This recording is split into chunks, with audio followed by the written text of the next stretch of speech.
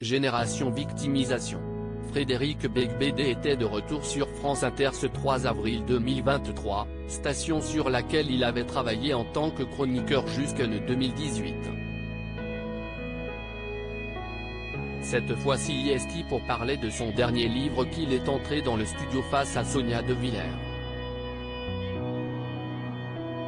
Dans Confession d'un hétérosexuel légèrement dépassé, Albin Michel, l'écrivain constate à quel point sa génération se plaint. Il revient également sur certaines phases de sa vie, notamment celle où il a pris de la cocaïne. Il ne faut jamais croire un ancien toxicomane qui dit qu'il est guéri parce qu'on est jamais guéri, livre-t-il. Frédéric Beigbeder répondait à la journaliste qui l'interrogeait sur Pierre Palmade et ses addictions.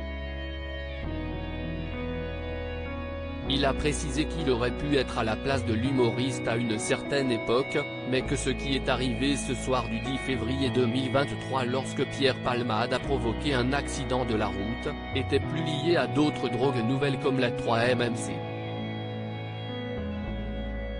Il assimile les addicts à une confrérie de gens qui se font du mal en groupe. Pierre Palmade, Muriel Robin, Michel Larocque, Véronique Sanson. Les femmes de sa vie. Frédéric Beigbeder, sensible aux critiques. L'ex de Laura Smet ne garde pas que de bons souvenirs de ses années télé. Durant l'année 2002, Frédéric Beigbeder a par exemple été aux commandes de l'émission l'Hyper Show sur Canal+. Dans un extrait d'En Aparté diffusé le 14 mars dernier, l'intéressé avait fait savoir qu'il n'était pas très aimé du grand public à cette époque-là. L'Hyper Show, ça reste assez éphémère et si est là où vous agacez un petit peu. Les critiques sont même assez virulentes, a rappelé la journaliste Nathalie Lévy. Et son invité de réagir, je comprends tout à fait. Je crois que les gens avaient un peu raison. Ce n'était peut-être pas complètement au point. Plus que des critiques, le journaliste se faisait prendre à partie dans la rue. Oui, je me suis fait cracher dessus rue de Rennes. Et je me disais, qu'est-ce ce que j'ai fait pour mériter ça? Je n'ai tué personne, j'ai juste fait une émission quoi.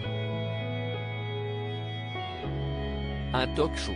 Mais il arrivait à un moment de la chaîne qui était un moment compliqué, a confié ce papa de 3 enfants, pour justifier les critiques dont il a fait l'objet à l'époque.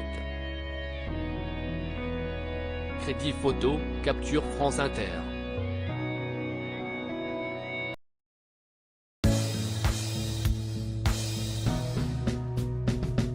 But there's all times through the rough times I think